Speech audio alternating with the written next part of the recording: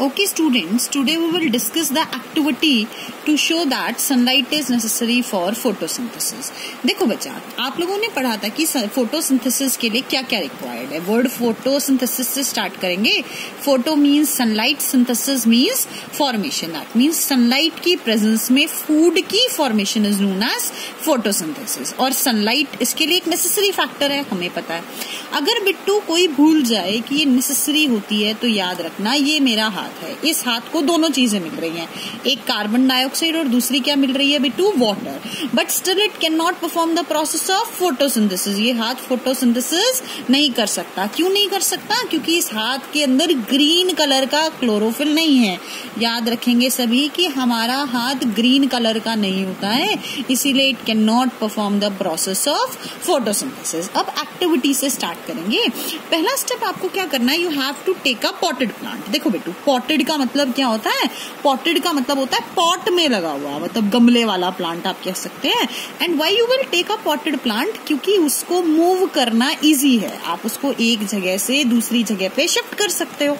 Now you will keep it in a dark room for 3 days to destarch it. देखो बेटा, अब आराम से समझने की कोशिश करना, क्योंकि मैंने एक प्लांट लिया और एक प्लांट कौन सा प्रोसेस कर रहा था, ऑलरेडी फोटोसिंथेसिस का प्रोसेस कर रहा था और अपना फूड प्रिपेयर कर रहा था. हम लोगों ने अभी थोड़े टाइम पहले ही डिस्कस किया था कि प्लांट अपना स्टोर्ड फूड किस फॉर्म में रखता है, स्टार्च की फॉर्म में रखता है. तो देखो बेटा, हमने एक प्लांट को डार्क रूम में रख दिया 3 दिन के लिए.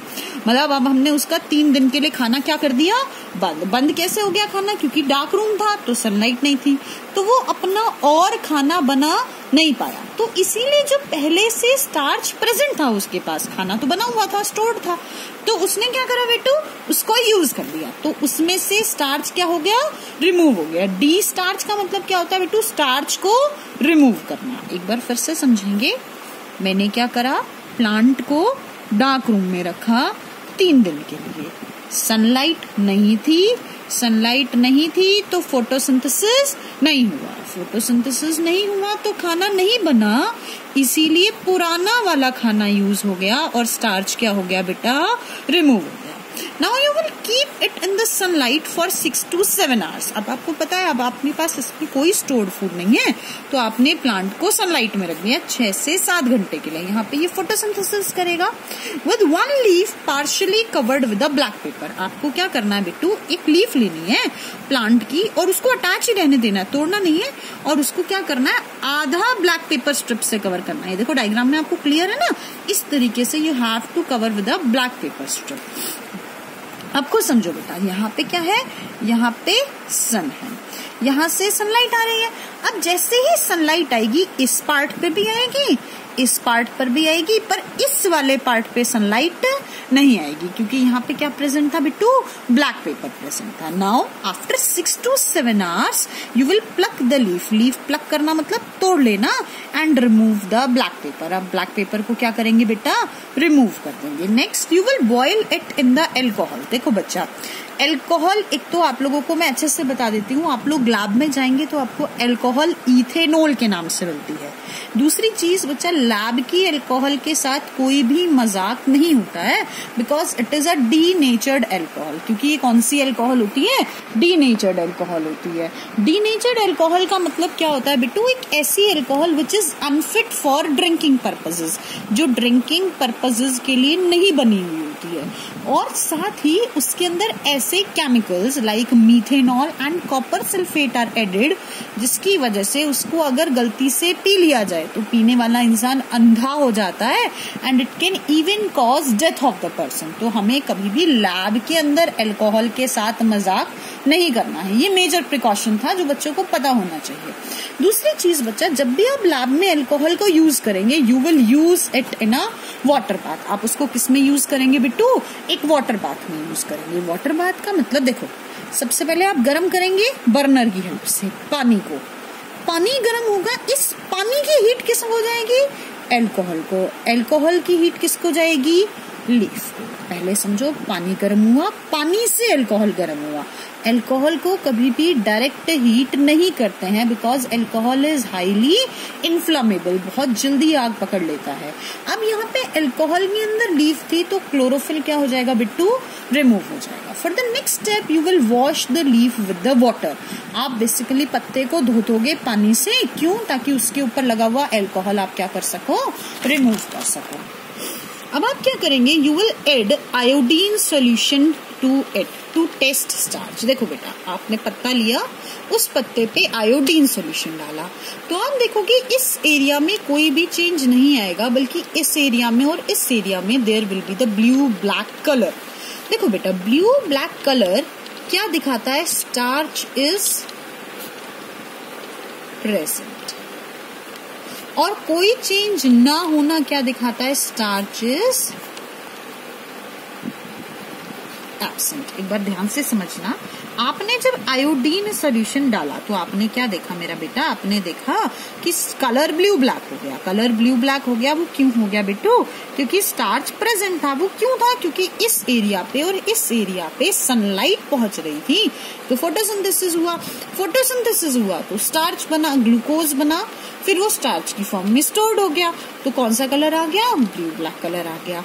और यहाँ पे कोई फोटोसिंथेसिस नहीं हुआ तो ग्लूकोज नहीं बना, तो स्टार्च की फॉर्म में भी स्टोर्ड बिट्टू नहीं हुआ, इसीलिए यहाँ पे कोई भी चेंज नहीं आया। देखो बेटा, सिमिलर एक्टिविटी, दो एक्टिविटी है, बिल्कुल बिल्कुल सेम प्लेटफॉर्म पे है, एक साथ तीनों एक्टिविटीज करते हैं तो बच्चों को काफी इजी पड़ता है, क्योंकि इसमें 90% स्टेप्स कॉमन होते हैं। Second is to show that chlorophyll is necessary for photosynthesis.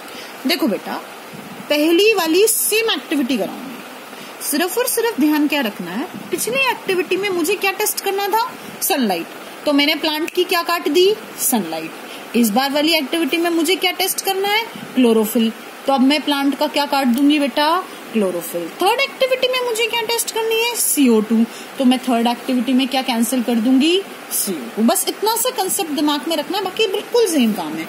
इसमें भी पहले कौन सा प्लांट लेना है, पॉटेड प्लांट लेना है, क्यों, ताकि हम उसको एक जगह से दूसरी जगह मूव कर सकें।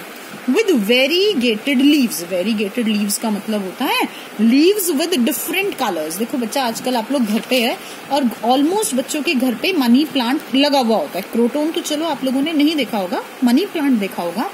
मनी प्लांट की लीव पे कई कई जगह व्हाइट कलर के पैचेस होते हैं, तो इसका मतलब जहां पे व्हाइट कलर का पैच है वहां पे क्लोरोफिल प्रेजेंट नहीं है। अब आप वही सेम प्रोसेस करोगे, आप उसको डार्क रूम में रखोगे 3 दिन के लिए, just to distarch it. Next you will keep it in the sunlight for 6 to 7 hours, आपको पता है, ताकि ये कौन सा प्रोसेस परफॉर्म कर ले, photosynthesis. Then you will pluck the one leaf. Pluck का मतलब अभी बताया था तोड़ना, आपने एक पत्ती को तोड़ा और अब आप उसको अल्कोहल में बॉईल करेंगे। रिपीट कर रही हूँ, अल्कोहल के साथ कोई मजाक नहीं।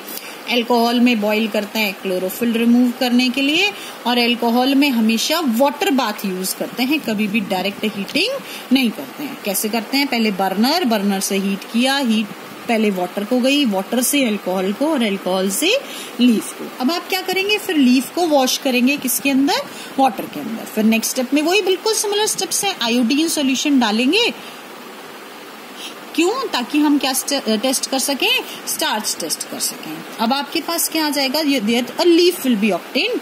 अब ध्यान से समझना क्या हुआ, suppose this was our leaf, this is the area where no change was there, कोई चेंज नहीं आया, क्यों, because this is the area where chlorophyll was absent, जहां क्लोरोफिल नहीं था। क्लोरोफिल नहीं था मतलब अब यहाँ पे क्लोरोफिल नहीं था तो फोटोसिंथेसिस नहीं हुआ।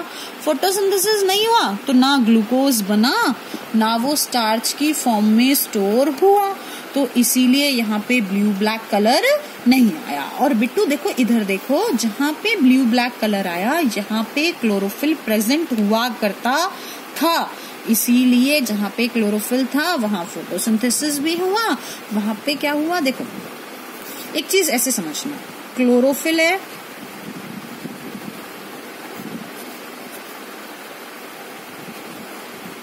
तो फोटोसिंथेसिस हुआ, फोटोसिंथेसिस हुआ तो ग्लूकोज बना, ग्लूकोज बना तो स्टार्च की फॉर्म में क्या हुआ बिट्टू, वो स्टोर हुआ, और स्टोर हुआ इसीलिए कौन सा कलर आया, ब्लू ब्लैक कलर आया। ऐसे समझो, क्योंकि क्लोरोफिल था तो फोटोसिंथेसिस हुआ तो ग्लूकोज बना, तो स्टार्च की फॉर्म में स्टोर हुआ तो ब्लू ब्लैक कलर आ गया। बिल्कुल इसका अपोजिट कहाँ पर हुआ, जहां पर फोटोसिंथेसिस नहीं हुआ था। अच्छा बिट्टू, अब हम थर्ड एक्टिविटी डिस्कस करेंगे, एकदम सेम है वो भी। Okay students, now the third and the last activity is activity to show that CO2 is necessary for photosynthesis। देखो बेटा, अब भी बताया मुझे क्या चेक करनी है, कार्बन डाइऑक्साइड। तो क्या कम कर दो प्लांट के लिए, कार्बन डाइऑक्साइड खत्म कर दो। जब कार्बन डाइऑक्साइड नहीं होगी तो हमें पता चल जाएगा उसने फोटोसिंथेसिस नहीं किया। इस एक्टिविटी में छोटा सा कंसेप्ट चेंज है, आपको एक पॉटेड प्लांट नहीं लेना, you have to take 2 potted plant. आपको 2 पॉटेड प्लांट लेंगे और उनको क्या करना है बिट्टू, डिस्टार्च करना है। Place both of them in a bell jar with potassium hydroxide in 1 bell jar. रुक जाओ बेटा, 1 मिनट, ध्यान से समझना। पहले तो तुम्हें पता है पोटेशियम हाइड्रोक्साइड KOH होता है। दूसरी बात तुम्हें पता है बेल जार क्या होता है बेटा। बेल जार एक ऐसे, कैसे बताऊं, जैसे अपने पास कांच का ग्लास होता है ना, ऐसे वैसे ही एक लैब में बड़ा कांच का ढक्कन जैसा होता है, that is known as bell jar. Bell की शेप का होता है इसलिए इसको बेल जार कहते हैं। हम क्या करते हैं, हमने नीचे गमला रखा और ऊपर से बेल जार ढक दिया। ऐसे गमला रखा और गमले के ऊपर ऐसे ऐसे बेल जार रख दिया। ये बेल जार कैसा है, ट्रांसपेरेंट है, तो भैया धूप आराम से अंदर आ सकती है। अब देखो बिट्टू, क्लोरोफिल तो ऑलरेडी प्रेजेंट है। अब हमने दोनों के अंदर ऐसे ही रखा, बस एक के अंदर हमने क्या रख दिया बिट्टू, पोटेशियम हाइड्रोक्साइड या फिर KOH। KOH का फंक्शन क्या होता है, इट एब्जॉर्ब्स कार्बन डाइऑक्साइड। देखो बेटा, वैसे तो ये केमिस्ट्री के अंदर हम इस रिएक्शन को chapter 2 acid base and salt में पढ़ते हैं, पर ये तो फिर भी बच्चों को आती होगी कि कोई भी acid plus base salt plus water बनाता है। अब सबको पता है, देखो KOH क्या है बेटा, बेस, एसिड क्या हो गया, CO2, तो सॉल्ट क्या बनाएगा, K2CO3 प्लस H2। ठीक है,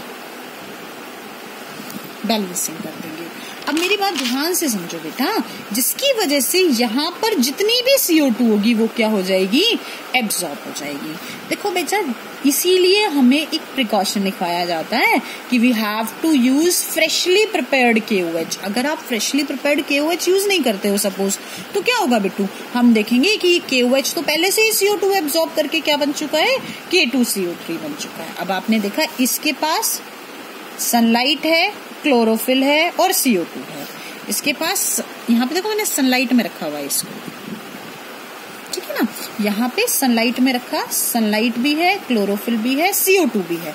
यहाँ पे सनलाइट है, क्लोरोफिल है, पर CO2 नहीं है। गलती से यहाँ से और CO2 ना घुस जाए, इसीलिए हम क्या करेंगे, एपरेटस को एयर टाइट कर देंगे। एयर टाइट कर देंगे मतलब कैसे समझो बेटू, एयर टाइट करने का मतलब क्या होता है, एयर टाइट करने का मतलब होता है जैसे पैकिंग होकर आती है ना, कुछ सर्टेन चीजों की एयर टाइट पैकिंग होती है। जैसे कि देखो ये मेरे पास बुक है, इस बुक के ऊपर की जो पॉलिथीन वाली पैकिंग होती है कैसी होती है, एयर टाइट। अगर इसके ऊपर कहीं पे हल्की सी हवा होती है तो हम उसको ऐसे दबा के निकालते हैं ना, तो इसका मतलब हवा भी अंदर नहीं घुस सके, ऐसी चीज को कौन सी पैकिंग कहते हैं, एयर टाइट पैकिंग कहते हैं।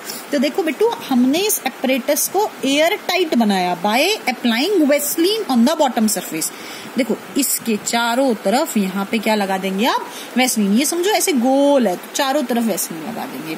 Now you will put each of the plant in sunlight for 6 to 7 hours। आप 6 to 7 hours पे रखोगे और उसके बाद एक पत्ता इसका तोड़ लोगे और एक पत्ता इसका तोड़ लोगे। दोनों पे क्या करोगे, पहले उनको क्या करते हैं, क्लोरोफिल रिमूव करोगे, फिर क्लोरोफिल रिमूव करके पानी से धोकर स्टार्च को टेस्ट करोगे। तो प्लांट A के पत्ते में ब्लू ब्लैक कलर आएगा और प्लांट B के पत्ते में कोई भी चेंज नहीं आएगा।